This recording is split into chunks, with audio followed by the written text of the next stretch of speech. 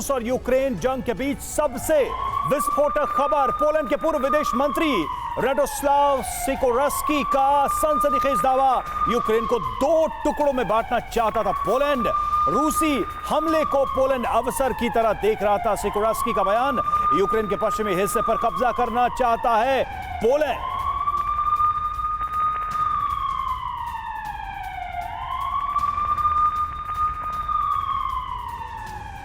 तो सवाल है कि क्या यूक्रेन के 2 टुकड़े हो जाते, क्योंकि पोलैंड के पूर्व विदेश मंत्री ने जो ये सनसनीखेज बयान दिया, हालांकि पोलैंड उससे किनारा कर रहा है। वो कह रहा है कि ये उनका बयान आधिकारिक बयान नहीं है, अगर उन्होंने ऐसा बयान दिया है तो इसके लिए वो सबूत पेश करें। तो आज सवाल यही है, जो रूस भी कह रहा है कि देखिए हम ये बात तो बहुत पहले से कह रहे थे कि पोलैंड की साजिश क्या थी। दरअसल पोलैंड के साथ साथ वो अमेरिका को भी इसमें लपेट रहा है कि अमेरिका और पोलैंड की यह साजिश थी। यूक्रेन के 2 टुकड़े करना चाहता था पोलैंड, ये खुद पोलैंड के पूर्व विदेश मंत्री का ये दावा है। रूस के साथ जंग में यूक्रेन के तबाह होने की आशंका थी और युद्ध शुरू होने के 10 दिन में ही यूक्रेन के 2 टुकड़े होने की आशंका। इसी बात को बार बार वो कह रहे हैं, इसलिए वॉर शुरू होने के साथ ही पोलैंड यूक्रेन की मदद कर रहा था। अगर पश्चिमी देश मदद नहीं करते तो यूक्रेन 2 हिस्सों में बढ़ चुका होता। तो देखिए, ये बड़ा बयान निकलकर सामने आया है। पोलैंड की आखिर मंशा क्या थी और क्या है, इसको लेकर कई गंभीर सवाल खड़े हो गए हैं। यूक्रेन के 2 टुकड़े पोलैंड की थी साजिश, ये बड़ा दावा किया गया है रूस की तरफ से। यूक्रेन पर अटैक की कोशिश में था पोलैंड, पश्चिमी इलाके पर कब्जे की साजिश थी। वर्ल्ड वॉर 2 से पहले यहां पोलैंड का कंट्रोल था। विशेष दर्जा देने का कानून लाया जाने वाला था। तो यूक्रेन के 2 टुकड़े करने की क्या वाकई पोलैंड की साजिश थी? क्या वाकई रूस के इस दावे में दम है? हमारे साथ तमाम खास मेहमान मौजूद हैं, उनसे आपका तारुफ करा दें। मेजर जनरल संजय सॉय साहब हमारे साथ मौजूद हैं, कर्नल अनुराग शुक्ला हमारे साथ मौजूद हैं, रविंदर सचदेव साहब हमारे साथ जुड़ेंगे और ग्रुप कैप्टन यूके देवनाथ साहब हमारे साथ मौजूद हैं। लेकिन सबसे पहले इस बड़ी खबर पर रुख करेंगे हमारे सहयोगी मनीष झा का। मनीष, ये जो दावा है पूर्व विदेश मंत्री का, ये क्या बता रहा है? क्या वाकई पोलैंड की ये मंशा हो सकती है?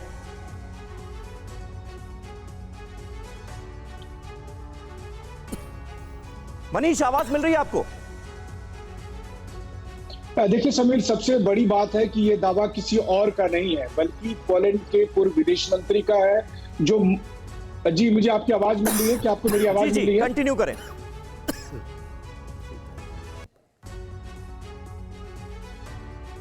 समीर, क्या आपको मेरी आवाज मिल रही है? बिल्कुल बिल्कुल मनीष, कंटिन्यू करें, आप सुन पा रहे हैं। तो मैं कह रहा था कि यह दावा किसी और का नहीं बल्कि पोलैंड के पूर्व विदेश मंत्री का है, जो मौजूदा समय में यूरोपियन पार्लियामेंट में पोलैंड के प्रतिनिधि भी हैं। और अगर वो ये दावा कर रहे हैं कि जब 24 फरवरी को रूस ने पोलैंड पर आक्रमण किया था, उस समय पोलैंड की सरकार को ये लगा कि यूक्रेन के 2 टुकड़े किए जा सकते हैं, और ऐसी स्थिति में जो पश्चिमी यूक्रेन का हिस्सा है, यानी जिसका मुख्य केंद्र लवीव है, या जो आज की तारीख में अपेक्षाकृत ज्यादा सुरक्षित है, जहां पर रशियन फौज अभी मौजूद नहीं है, वो पोलैंड अपने में मिला सकता था। इस तरह के दावे पोलैंड के पूर्व विदेश मंत्री, जो रक्षा राज्य मंत्री भी रहे हैं, उनके दावे के बाद निश्चित तौर पर अगर आप कहें तो यूरोप में घमासान मचने की उम्मीद है। बिल्कुल, सवाल कई खड़े होते हैं मनीष, जैसा कि आप बता रहे हैं। संजय सोई सर, अगर पोलैंड के पूर्व विदेश मंत्री की ओर से यह बयान दिया गया है तो इस बयान को नकारा नहीं जा सकता है। कहीं ना कहीं इस बयान में सच्चाई दम नजर आता है। क्या लग रहा है आपको कि वाकई पोलैंड की भी कहीं ना कहीं यह मंशा थी, साजिश थी, यूक्रेन 2 टुकड़ों में बंट जाए?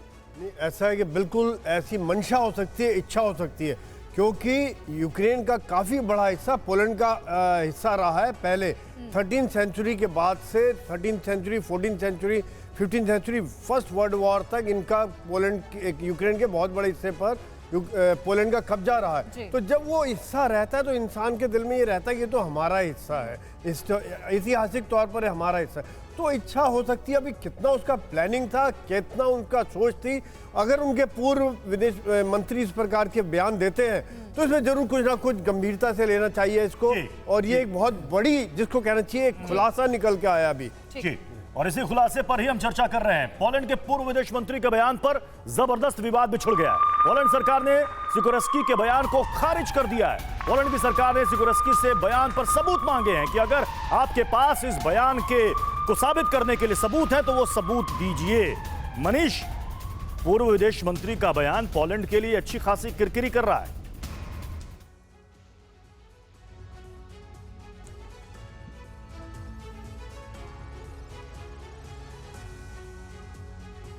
बिल्कुल, देखिए, पोलैंड की सरकार तो नहीं कहेगी कि हाँ उनके विदेश मंत्री, जो पूर्व विदेश मंत्री हैं, वो जो बातें बोल रहे हैं वो सच है। मैं ये भी मानकर चल रहा हूं कि ये पूरी तरह ना भी सच हो, लेकिन ये किसी आम व्यक्ति का बयान नहीं है और ना ही ये मॉस्को से निकला हुआ बयान है। ये पोलैंड के जो प्रतिनिधि हैं, जो कि यूरोपियन पार्लियामेंट के सदस्य हैं, जो पहले रक्षा राज्य मंत्री रहे थे, जो पूर्व में विदेश मंत्री रहे थे, तो जाहिर है उनके पास भी अपने सोर्सेस होंगे कि पोलैंड की सरकार इस वक्त क्या कर रही है, या फरवरी में जिस समय कि रूस ने यूक्रेन पर आक्रमण किया तब पोलैंड की सरकार क्या सोच रही है। और वैसी स्थिति में उनके इस खुलासे के बाद निश्चित तौर पर रूस की जो ये दलील है कि दरअसल पोलैंड या आसपास के पड़ोसी देश यूक्रेन को खत्म करना चाहते हैं और इसीलिए नाटो को उनको आगे बढ़ाकर वो दरअसल पोलैंड को ध्वस्त करना चाहे, वो यूक्रेन को ध्वस्त करना चाहते हैं। उन दलील के बाद मुझे लगता है कि यूक्रेन के भी जो लाखों लोग जो पोलैंड में मौजूद हैं इस वक्त, वो भी इस बात पर सोच रहे होंगे कि आखिरकार मदद के पीछे मंशा क्या है। वैसे भी पश्चिमी देशों में तो कहा ही जाता है कि कोई भी लंच आपको फ्री में नहीं मिलता है। तो आज की तारीख में अगर यूक्रेन को बिल्कुल, लेकिन इतनी मदद मिल रही है तो क्यों पोलैंड सबसे बड़ा वकील यूरोप में बनकर घूम रहा था, यूक्रेन का इस वॉर में अपफ्रंट होकर बयान भी दिए थे रूस के खिलाफ, और अब पोलैंड से ये खबर आ रही है। लौटेंगे आपके पास। देखिए, रूस यूक्रेन वॉर पर सबसे विस्फोटक खबर, रूस के 4 बॉम्बर ने एक साथ उड़ान भरी। Tu-22M3 बॉम्बर ने उड़ान भरी है। रूस के बॉम्बर से कीव में भारी टेंशन। ये बॉम्बर्स किस मकसद से इस वक्त आसमान में उड़े हैं, ये अपने आप में एक सवाल बन गया है, क्योंकि अगर कीव की तरफ ये उड़ते हैं तो कीव के लिए एक नई टेंशन। देवनाथ सर, कैसे देखते हैं आप, बॉम्बर्स क्या कीव जाएंगे? ये हो सकता है, क्योंकि अक्सर आप बताते हैं, आप लोगों का एनालिसिस रहता है कि बॉम्बर्स बिल्कुल सेंट्रल एरिया में जाके सीधे अटैक करने में उतने सक्षम नहीं है, खतरा उनके ऊपर भी आ सकता है। देखिए रवि, रूस ने अभी तक इस युद्ध में अपनी स्ट्रेटेजिक एयरफोर्स और अपनी जो बॉम्बर्स हैं उनका इस्तेमाल नहीं किया है। Tu-22 जो है बहुत ही कारगर सक्सेसफुल हैवी बॉम्बर है, स्विंग विंग बॉम्बर है, बहुत हाई स्पीड पर, बहुत हाई अल्टीट्यूड्स पर दुश्मन के ऊपर कारपेट बॉम्बिंग कर सकता है। सवाल है कि क्या रूस की एयरफोर्स इसका इस्तेमाल यूक्रेन में करेगी? कीव तक जाएगी? कीव पर करती है तो रशियन एयरफोर्स को यह ख्याल रखना पड़ेगा कि अब यूक्रेन की जो एयर डिफेंस प्रणाली है वो बहुत ही शक्तिशाली हो गई है, और यूक्रेन की उस एयर डिफेंस प्रणाली से वो Tu-22 को किस तरह से बचाएगी। जब भी Tu-22 यूक्रेन के एयर स्पेस में घुसेगा तो रूस की एयरफोर्स को अपनी जो ECM है, इलेक्ट्रॉनिक काउंटर मेजर सिस्टम है, उसको बहुत ही बढ़िया तरीके से एक्टिवेट करना पड़ेगा। बिल्कुल और इसी वजह से हमने देखा था पिछले दिनों वो तस्वीरें भी सामने आई थी कि कीव में तमाम सरकारी इमारतों पर किस तरह से एयर डिफेंस सिस्टम एक्टिवेट कर दिए गए हैं, और अब रूस की तरफ से लड़ाकू विमानों का उड़ना कीव की तरफ कई बड़े संदेश देने की कोशिश। विवादों के बीच जर्मनी के लेपर्ड टैंक की भी मूवमेंट नजर आई है। जर्मनी के लेपर्ड टैंक की यूक्रेन पहुंचने की खबर है। यूक्रेन पोलैंड बॉर्डर पर ट्रेन पर नजर आए हैं लेपर्ड टैंक्स, जिनको लेकर पिछले कई दिनों से खासा विवाद सामने आ रहा है, खास करके पोलैंड और जर्मनी के बीच। रूस और यूक्रेन जंग के और विध्वंसक होने के अब आसार पैदा होते नजर आ रहे हैं। कर्नल शुक्ला, किस तरह से आप देखते हैं इस मूवमेंट को? क्या यह माना जाए कि जर्मनी की रजामंदी लिए बगैर पोलैंड ने लेपर्ड टैंक भेज दिए हैं यूक्रेन? नहीं, ऐसा बिल्कुल नहीं है। जर्मनी की पूरी मंजूरी के बाद ही ये टैंक रवाना किए गए हैं यूक्रेन के अंदर। इनकी संख्या तकरीबन 14 से 28 के बीच में है, जो कि उन्होंने परमिशन दी है, और जर्मनी ने उनको एश्योर किया था कि इसके बदले में हम आपको नई प्रणाली वाले टैंक रिफ्रेंच करेंगे। तो इस तरह से जो टैंक भेजे जा रहे हैं, पिछले कई दिनों से जर्मनी पर खासा दबाव नजर आ रहा था कि लेपर्ड टैंक की डिलीवरी जो है वो हम नहीं कर पाएंगे। इसको लेकर तमाम तरह के बयान भी दिए गए, और अब ये मूवमेंट नजर आ रही है। बिल्कुल जर्मनी नहीं चाहता कि उनकी सबसे बेस्ट मशीन जो है, वॉर मशीन, इस युद्ध में टकराए और उसको टेस्ट किया जाए या वैलिडेट किया जाए। इसी बात को उन्होंने एक बयान भी दिया था कि 2024 से पहले हम रेट्रोफिटेड टैंक्स नहीं दे पाएंगे, इससे पहले नहीं दे पाएंगे। इसके बावजूद अमेरिकन प्रेशर में आके जो पड़ोसी देश हैं, मित्र देश हैं उनके, वो लोग उनको देने को तैयार हो गए हैं। ठीक है सर, देखिए लेपर्ड टैंक की बात हो रही है और इसी से जुड़ी एक अपडेट है। इस वक्त लेपर्ड टैंक पर जंग चल रही है। ठीक ऐसी ही जंग दूसरे विश्व युद्ध के दौरान भी जर्मनी और रूस के टैंकों के बीच हुई थी। दोनों मुल्कों की टैंक ब्रिगेड जिस जगह पर भिड़ी थी, TV9 भारतवर्ष की टीम कुछ दिन पहले वहां पहुंची थी जहां दूसरे विश्व युद्ध के दौरान रूस और जर्मनी की हुई थी जंग। ठीक उसी जगह पर TV9 भारतवर्ष रिपोर्टर मनीष झा पहुंचे। बेलगोरोड से करीब 1000 किलोमीटर दूर कुर्स्क के पास टैंकों की जंग हुई थी। वहां से आपको रिपोर्ट दिखाते हैं। इसे आप यूरोप का कुरुक्षेत्र कह सकते हैं। द्वितीय विश्व युद्ध के दौरान 12 जुलाई 1943 को रूस के इसी जगह पर सबसे बड़ी टैंकों की लड़ाई हुई थी, जहां 300 से 400 टैंक जर्मनी के थे, वहीं 600 से 700 टैंक रूस के थे। रूस का मशहूर T-34 टैंक है जो यहाँ पर रखा गया है। चारों तरफ देखिए इस तरह के टैंक रखे गए हैं और यहाँ 1000 से अधिक टैंकों के बीच कई किलोमीटर में लड़ाई हुई थी, जब अचानक हिटलर ने धावा बोल दिया था और फिर रूस की जो गार्ड्स टैंक आर्मी है उनके बीच में लड़ाई में रूस के लगभग 5500 सैनिक शहीद हो गए थे, जबकि जर्मनी के लगभग 1000 सैनिक मारे गए थे। कहा जाता है कि रूस ने ये ऑपरेशनल जंग जीत ली थी और द्वितीय विश्व युद्ध के परिणाम में इस लड़ाई की महत्वपूर्ण भूमिका है। इसे कुर्स्क की लड़ाई के नाम से भी जाना जाता है। आप इतिहास में इस लड़ाई के बारे में जानते होंगे, आज हम आपको रियल में इस जगह के बारे में दिखा रहे हैं। मनीष झा, बेलगोरोद, रूस।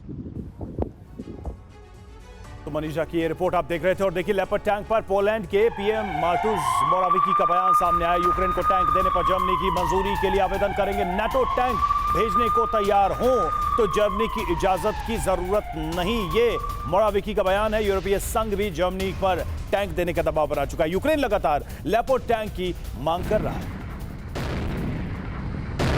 तो देखिए तमाम एक्सक्लूसिव खबरें और पूरी दुनिया में हलचल मचा देने वाली खबरें इस जंग को लेकर इस वक्त TV9 भारतवर्ष पर आप देख रहे हैं। एक तरफ पोलैंड की तरफ से ऐसा बयान सामने आया है जिसकी उम्मीद शायद ही किसी ने की थी, और दूसरी तरफ लेपर्ड टैंक को लेकर इतनी हलचल मची हुई है। लेपर्ड टैंक का मूवमेंट नजर आ रहा है मैदाने जंग में।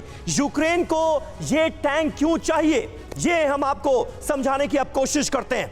आखिर क्या वजह है कि यूक्रेन लेपर्ड टैंक के लिए इतना बेताब नजर आ रहा है? समझिए, लुहांस्क और ज़ेपोरिजिया में इससे अटैक आसान हो जाएगा। स्प्रिंग सीजन में पलटवार में आसानी होगी यूक्रेन को। टैंक से आर्मर्ड ब्रिगेड बना सकता है यूक्रेन।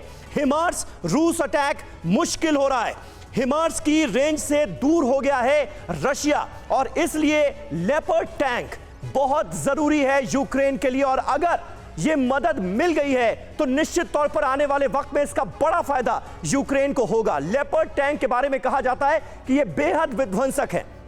मुश्किल टेरेन में ये टैंक दौड़ता है। 55 कैलिबर 120 mm स्मूथ बोरगन है। 72 किलोमीटर प्रति घंटे की इसकी रफ्तार है। लेजर रेंज फाइंडर है। नाइट विजन इक्विपमेंट से ये पूरी तरह से लैस है। इंजन भी काफी शक्तिशाली है, 1500 हॉर्स पावर का। और इसीलिए माना जा रहा है संजय सोय साहब कि ये मदद अगर यूक्रेन की धरती पर पहुंच गई है इतने सारे विवादों के होने के बाद भी, तो निश्चित तौर पर यह बहुत बड़ी हेल्प है यूक्रेन की। कितना गेम चेंजर साबित हो सकते हैं ये टैंक, जरा बताएं। दो बातें हैं यहाँ पर। एक तो यह है कि जो लेपर्ड टैंक दिए जा रहे हैं ये पुराने मॉडल दिए जा रहे हैं। जर्मनी इसलिए नए मॉडल नहीं दे रहा है। जो पोलैंड दे रहा है यानी कि उनका पुराने थे, जर्मनी ने उनको बोला हम आपको नए टैंक देंगे। दूसरी बात, T-72 के खिलाफ ये काफ़ी सक्सेसफुल है, काफ़ी ऑफेंसिव है, लेकिन रशिया का जो अभी मेन बैटल टैंक है वो T-90 है। उसके खिलाफ अभी इसकी टेस्टिंग नहीं हुई है। ये देखा जाएगा दोनों। लेकिन क्या इसकी पॉसिबिलिटी आप देखते हैं कि ये स्क्रिप्टेड भी हो सकता है, रूस को बेवकूफ बनाने, ये टैंक को लेकर के हम आपस में बटे हैं, ऐसा वैसा हो, ऐसा हो सकता है क्या? खेल कुछ और चल रहा हो और बाहर से ये दिखाया कुछ और जा। नहीं, ये तो बटे हुए हैं क्योंकि उनके अपने इकोनॉमिक इंटरेस्ट है। जर्मनी को लग रहा है कि अगर उसकी काफ़ी डिपेंडेंस रशियन गैस के ऊपर है, ऑयल के ऊपर है, वो अगर इस तरह से बहुत ज़्यादा खुल के आता है तो उसको खतरा है कि उधर से उनका इकोनॉमी जो क्राइसिस चल रही है और बढ़ जाएगी। दूसरी बात जो मैं बता रहा था कि T-90 के खिलाफ अब इनको कितने टैंक मिल रहे हैं, 28 टैंक, 30 टैंक, कितना फर्क पड़ेगा? ऑफेंसिव कैपेबिलिटी तो सब है। ये कह रहे हैं कि अभी लेपर्ड टैंक को मैदान में उतरने दीजिए, उसकी टेस्टिंग हो जाएगी, T-90 के खिलाफ पता चलेगा कि ये कितना मजबूत है। रूस के पूर्व राष्ट्रपति दिमित्री मेदवेदेव का बड़ा बयान सामने आया है। अमेरिका की वजह से तीसरा विश्व युद्ध होने वाला था। यूएस और उसके सहयोगियों की रूस पर अटैक की तैयारी थी। ये मेदवेदेव ने कहा, हमारे पास विध्वंसक अटैक के अलावा कोई विकल्प नहीं था।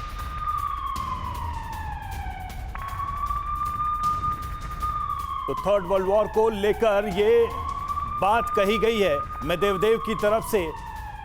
अक्सर हमने देखा है कि रूस के लीडरशिप की तरफ से न्यूक्लियर वॉर और थर्ड वर्ल्ड वॉर का जरूर जिक्र किया जाता है और इशारा अमेरिका की तरफ होता है। तो एक बार फिर से वही बात दोहराई गई है और ये कहा गया है कि अमेरिका बड़े प्लान की तैयारी कर रहा था, बड़े हमले की, और ये थर्ड वर्ल्ड वॉर के पूरे संकेत थे। रूस अगर इसका जवाब देता तो जो बातें उन्होंने कही जरा उसको हम समझें कि क्या बड़ी बातें हैं मेदवेदेव के बयान में, उसका क्या मतलब है। तो यूएस और सहयोगी की अटैक की तैयारी थी, ये बात कह रहे हैं दिमित्री मेदवेदेव, जो कि साफ तौर पे ये संकेत देने की कोशिश कर रहे हैं कि तीसरा वर्ल्ड वॉर उसकी तैयारी वहां पर थी। जैसा कि हम आपको बता रहे हैं कि तीसरे विश्व युद्ध के करीब पहुंच गई थी दुनिया। जो अमेरिका की नीति थी, यूएस और सहयोगियों की अटैक की पूरी तैयारी थी और ये प्लानिंग उन्होंने कर ली थी, लेकिन ऐसा हो नहीं पाया क्योंकि रूस की नीति अलग तरीके से थी। रूस उस ट्रैप में फंसा नहीं। अमेरिका की वजह से दुनिया खतरे में थी। पश्चिमी गठबंधन संकट हल करने के लिए थी और पश्चिमी गठबंधन की वजह से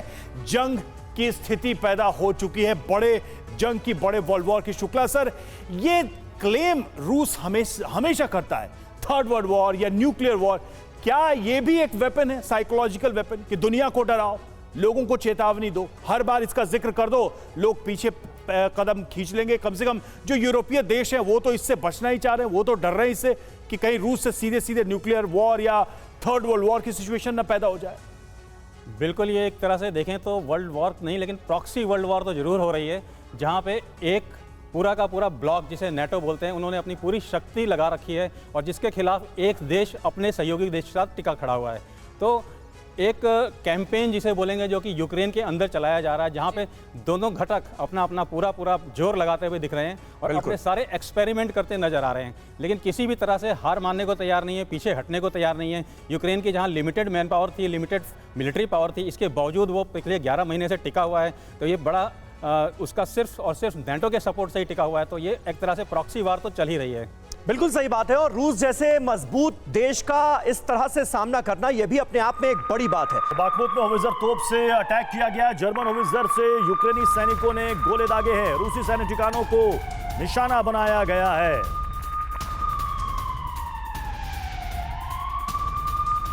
बाखमुत में ये होवित्जर तोप से अटैक, जर्मन होवित्जर से यूक्रेनी सैनिकों ने गोले बरसाए।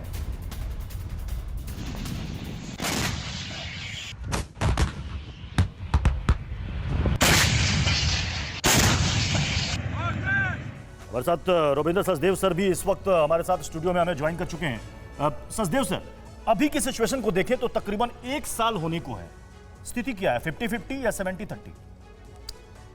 स्थिति शायद 60-40 तो है ही यूक्रेन के फेवर में। देखिए, अभी आप बता रहे हैं गोलाबारी हो रही है। रशिया के करीब 200 डिपोज है एमुनेशन इस ईस्टर्न यूक्रेन रीजन में, साउथ यूक्रेन तक, जहां उन्होंने स्टोर्स बनाए हुए हैं। उन 200 में से 50 उड़ा दिए गए हैं बाय यूक्रेन थ्रू दीज हाइमार्स और हाउविट्जर्स एटसेट्रा, राइट। वो तो एक छोटा एग्जांपल है, बट ओवरऑल वॉर फंसी हुई। देखिए, आप ये समझिए कि टैंक्स की बात क्यों हो रही है। याद है वॉर के शुरू में तो अमेरिका बोला था ज़ेलेंस्की को, तुम बोरिया बिस्तर बांध के चलो लंदन आ जाओ, तुम तो हार जाओगे। वो बोला नहीं, मैं टिकूंगा, जैसे तैसे टिकता गया। शुरू में छोटे छोटे वेपन दिए, स्टिंगर्स और जैवलिन्स, फिर थोड़े बड़े दिए। तो जैसे जैसे यूक्रेन की परफॉर्मेंस इंप्रूव होती गई फील्ड, यूक्रेन को जो मदद मिल रही है, जो मिसाइल या टैंक्स मिल रहे हैं, रूसी बता रहा है कि वो कबाड़ है। वो तो पैट्रियट डिफेंस मिसाइल को भी कहता है कबाड़ है, हमारे यहाँ बहुत ऐसे कबाड़। नहीं, डेफिनेटली रशिया कहेगा, but you know proof of the pudding lies in the eating. जमीन पे देखिए, अभी इनको हाईमार कितने दिए गए हैं बाय द वे, मात्र 50, 40, 60 ऐसी कुछ है। उन्हीं हाईमार से रशियन आर्मी को उन्होंने ब्लॉक कर दिया है। बिल्कुल, ये सच्चाई तो एक्सेप्ट करनी पड़ेगी रूस को कि बहुत बड़ी चुनौती यूक्रेन दे रहा है पश्चिमी हथियारों की बदौलत। देखिए, एक और बड़ी खबर है, बाखमुत में रूस और यूक्रेन के बीच भीषण जंग चल रही है। यूक्रेनी फौज रूसी सेना को ठिकाना बना रही है और यूक्रेनी अटैक में कई रूसी सैनिकों की मौत हुई है।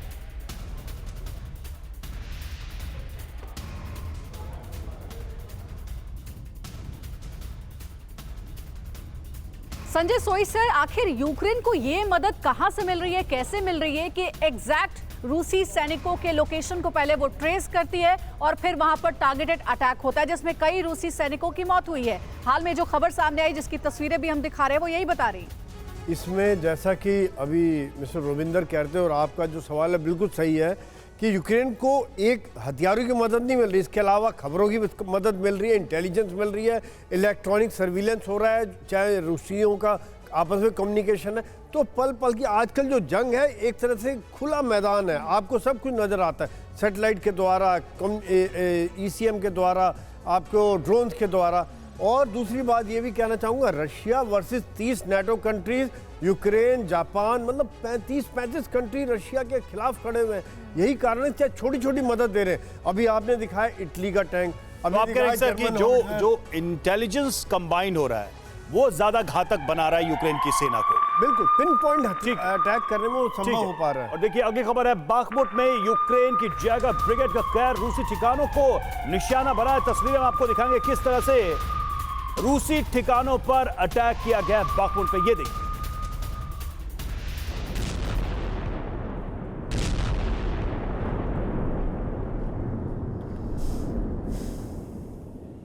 सर ये जो बात चल रही है, ये जो चर्चा चल रही है कि जो कंबाइंड हो रहा है इंटेलिजेंस यानी नेटो का और अमेरिका का, वो बहुत मददगार साबित हो रहा है। क्या आप मानते हैं कि अगर यूक्रेन को थोड़े बहुत और एडवांस वेपन्स मिल गए तो रूस के लिए बड़ी समस्या खड़ी करने में सक्षम है अब तक की उनकी वॉर स्ट्रैटेजी को देखते हुए? जी हाँ रवि, इसमें कोई शक नहीं है कि जब भी कमांडर एक अटैक या डिफेंस का प्लान बनाता है तो उसकी फर्स्ट ब्रीफिंग जो है वो यूनिट की इंटेलिजेंस ऑफिसर कमांडर को ब्रीफ करता है कि अपने फोर्स कहां पर डिप्लॉयड हैं और शत्रु के फोर्स कहां पर डिप्लॉयड हैं। इस बात की एक अहम खासियत है कि कमांडर इस इंटेलिजेंस पे ही डिसाइड करता है कि वो अपना अटैक प्लान किस तरह से बनाएगा। जहां तक रशियन फेल्योर है, मैं आपको बता दूं कि इस युद्ध में अब तक रूस की जो इंटेलिजेंस एजेंसीज हैं वो ज्यादा इफेक्टिव नहीं हुई। देखिए कोई शक नहीं है, यूक्रेन की फोर्सेस को अब तक जो हथियार मिले हैं, चाहे वो हाइमर्स हो, चाहे जेवलिन हो, चाहे स्टिंजर 8 डिफेंस मिसाइल सिस्टम हो, उन्होंने उसका बेहतरीन इस्तेमाल किया। अब यूक्रेन को पेट्रियट एयर डिफेंस सिस्टम मिलने वाले हैं। हम देख रहे हैं कि लेपर्ड 2 टैंक की भी पहली खेप उनके पास पहुंच रही है। शायद इंग्लैंड बहुत जल्दी उनको चैलेंजर टैंक देने वाला है। अमेरिका M1A1 बिल्कुल सही बात है। आने वाले वक्त में इस बात के पूरे आसार हैं कि यूक्रेन और मजबूत नजर आएगा, रूस के सामने और बड़ी चुनौती होगी। यूक्रेन से जंग के बीच रूस के टॉप कमांडर का क्या बयान आया है वो भी अब आपको बता दें। यूक्रेन जंग की कमान संभाल रहे वालेरी गेरासिमोव ने कहा है कि नेटो को जवाब देने के लिए रूस की सेना में सुधार जरूरी है। पश्चिम की हाइब्रिड जंग को जवाब देने की तैयारी की जा रही है। फिनलैंड स्वीडन के नेटो में शामिल करने की भी तैयारी है। और अब ये जान लेते हैं कि आखिर नेटो के खिलाफ रूस की क्या स्ट्रेटेजी है। पुतिन सेना में सुधार लगातार कर रहे हैं। आगे रणनीति में शुमार यह भी किया गया कि लगातार सैनिकों का मोबिलाइजेशन हो रहा है। फिनलैंड बॉर्डर पर रूस बड़ी तैयारी कर रहा है। करेलिया में सेना का नया कोर भी बनेगा। तो ये है रूस की बड़ी तैयारी नेटो के खिलाफ। जाहिर बात है 30 नेटो के देश और रूस अकेला देश जिससे मुकाबला किया जा रहा है। शुक्ला सर, रूस ने हाल में एक और बड़ा दावा किया है कि पोलैंड के रास्ते जो हथियार अमेरिका की तरफ से आ रहे हैं, जिसमें मिसाइल भी है, टैंक में बहुत कुछ है, कहीं ना कहीं यूक्रेन एक ऐसी साजिश तैयार कर रहा है जिसमें यूक्रेन अपने ही देश पर बड़ा हमला करेगा और एक बार फिर से इल्जाम लगाएगा रूस के ऊपर। इस दावे में कितना दम नजर आ रहा है आपको? जैसे जैसे युद्ध बढ़ता जाएगा इस तरह के दावे, काउंटर अटैक वगैरह होते रहेंगे और इस तरह की बयानबाजी चलती रहेगी। लेकिन पॉसिबिलिटी युद्ध में किसी भी तरह को नकारा नहीं जा सकता, कुछ भी पॉसिबल है। इस समय यूक्रेन का जो सबसे ओपन बॉर्डर जो खुला हुआ है वो पोलैंड की तरफ से खुला हुआ है और सारे के सारे हथियार जिस तरफ से भी आना है वो रूट इन किए जा रहे हैं पोलैंड की तरफ से। जी, और इस वक्त एक और बड़ी खबर आ रही है, वॉर जोन से विध्वंसक वीडियो सामने आया है। यूक्रेन ने आर्टिलरी से रूसी टैंकों को निशाना बनाया है। ये देखिए, यूक्रेन कई रूसी ठिकानों पर ताबड़तोड़ हमले कर रहा है और उसके वीडियोस भी सामने आ रहे हैं। इससे पहले भी हमने आपको दिखाया था वीडियो, और ये देखिए, ये एक और लेटेस्ट ये वीडियो सामने आया है। सदेवा सर, ऐसे वीडियोस के बाद ऐसा लग रहा है कि कुछ मोर्चों पर यूक्रेन ने पकड़ बना ली है और शायद रूसी फौज को सोचना पड़ेगा। और जैसा कि सर बता रहे थे कि इंग्लैंड से अब चैलेंजर टैंक भी उनको मिलेगा, तो लेपर्ड टैंक, चैलेंजर टैंक, फिर पेट्रियट एयर डिफेंस सिस्टम, इन सब के साथ तो यूक्रेन एक बार फिर से मजबूत स्थिति में आ जाएगा। देखिए, दो चीजें। वन, ऑनेस्टली हमारे पास काफी जो इंफॉर्मेशन डाइट हमारे पास आती है वो वेस्टर्न मीडिया से आती है, राइट? ये वीडियोस वगैरह रशियन इतने नहीं आते, बट देखा जाए तो मोरलेस ये जो दर्शा रहे हैं असलियत दर्शा रहे हैं शायद, राइट? That's one. सेकंड, जो पोलैंड की बात है, मेरे को तो समझ नहीं आता ऑनेस्टली। यहाँ मिलिट्री जनरल्स हैं हमारे साथ। जब से वॉर शुरू हुई, रशिया में क्या कैपेबिलिटी नहीं थी कि वेस्टर्न यूक्रेन में अटैक करके सारे के सारे वेपन्स को आने से रोक देता? रशिया ने क्यों नहीं करा? या एबिलिटी नहीं थी? वहीं से तो सारे वेपन्स आ रहे हैं, रशिया ने क्यों नहीं करा?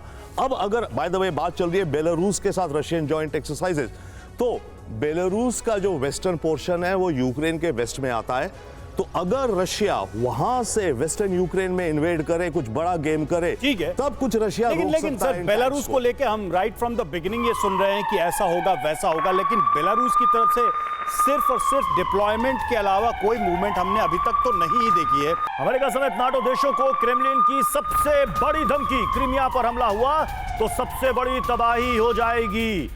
क्रीमिया पर अटैक हुआ तो रूस कर सकता है न्यूक्लियर हमला। बहुत बड़ा ये बयान। क्रीमिया पर अगर अटैक हुआ तो फिर न्यूक्लियर हमला भी हो सकता है। और इस बीच कीव में भी खासी हलचल है। कीव के आसमान में कौवे दिखने से हड़कंप मचा। एक साथ भारी संख्या में कौवे दिखने से लोग टेंशन में आ गए। एक तरफ से ये खबरें सामने आ रही हैं कि रूस की तरफ से बड़ी तैयारी की जा रही है कीव को निशाना बनाने की, और दूसरी तरफ ये तस्वीरें सामने आई और इतनी भारी संख्या में कौवे देखकर कीव में लोग टेंशन में आ गए। यूके देवनाथ साहब, ये क्या माजरा है? मतलब कौवे देख के टेंशन में आ गए लोग, इसका क्या मतलब समझा जाए? समीर, आपने बहुत रोचक खबर बताई, लेकिन मैं बता दूं इसका भी एक गूढ़ मंत्र है। ये जो कौवे हैं और एनिमल्स हैं, ये आने वाली विपत्ति को पहले से ही भांपने में सक्षम होते हैं। तो इतनी बड़ी संख्या में अगर कौवे आसमान में उड़ रहे हैं तो शायद उनको ये अंदेशा हो गया है कि या तो जमीन पर या आसमान में कोई हलचल है। जी हाँ प्रत्युष, इसमें कोई शक नहीं है। कई देश जो हैं वो अपनी इंटेलिजेंस एजेंसीज को सोफिस्टिकेटेड बना रहे हैं, लेकिन कई देश ऐसे भी हैं जिन्होंने अपनी आर्मी में रिसर्च करके जानवर और पक्षी रखे हुए हैं, क्योंकि ये जानवर और पक्षी जो हैं वो आने वाली विपत्ति या आने वाली मुसीबतों के बारे में भांप जाते हैं। बिल्कुल, यानी इन तस्वीरों को ऐसे ही हल्के में नहीं लिया जा सकता। इसके पीछे कोई खास मकसद भी हो सकता है, ये आप कह रहे हैं। ये बड़ी बात आपने बताई। फिलहाल आप सभी का बहुत बहुत शुक्रिया।